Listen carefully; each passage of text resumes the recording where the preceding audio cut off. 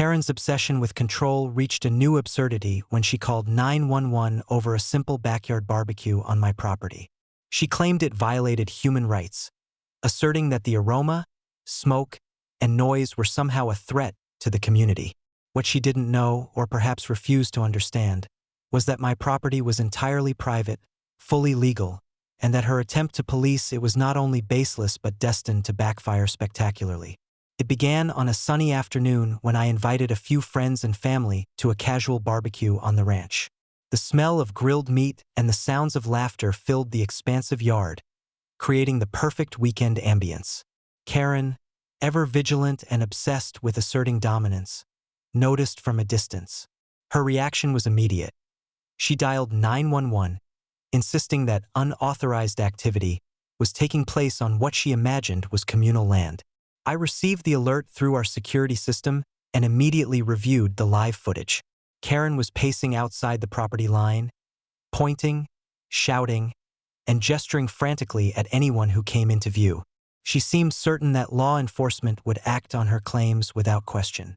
I smiled quietly, knowing exactly how the day would unfold. When the first responding officers arrived, Karen launched into a tirade, claiming violations, harm, and even citing imaginary HOA regulations.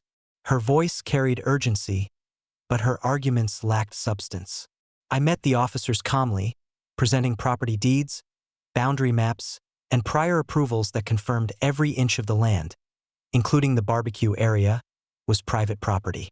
The officers quickly assessed the situation. The gathering was lawful, safe, and entirely under my control. Karen's claims collapsed under scrutiny. Her repeated calls, threats, and attempts to manipulate law enforcement had not only failed, but they were now documented as harassment. She looked stunned as the officers explained the legality of my actions, the boundaries of her authority, and the consequences of her interference. Karen's attempts to intimidate me had created an unintended spectacle. Guests, previously unaware of the drama unfolding at the property's edge, now watched as Karen's bravado crumbled.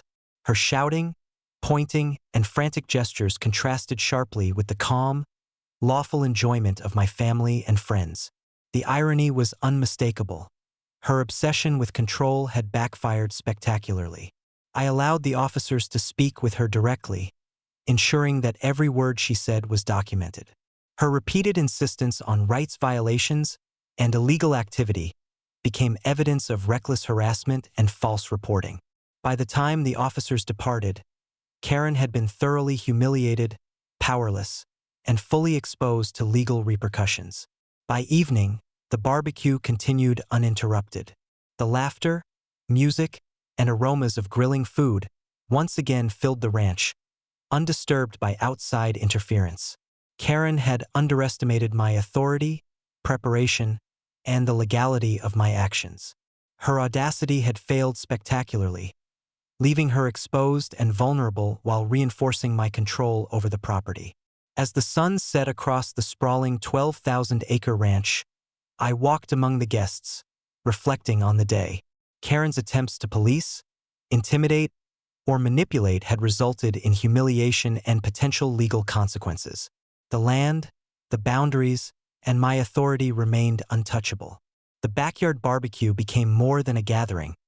It was a demonstration of resilience, preparation, and authority. Karen had underestimated the power of legality, planning, and calm decisiveness. Her obsession with control had produced nothing but failure, and the ranch, once again, stood as an unchallenged fortress where audacity without foresight would always meet inevitable consequences. By nightfall, the property was calm, guests were content, and Karen's interference had failed spectacularly. The ranch, the law, and my authority remained absolute, and any future attempts at reckless audacity would meet the same precise, decisive, and inevitable justice.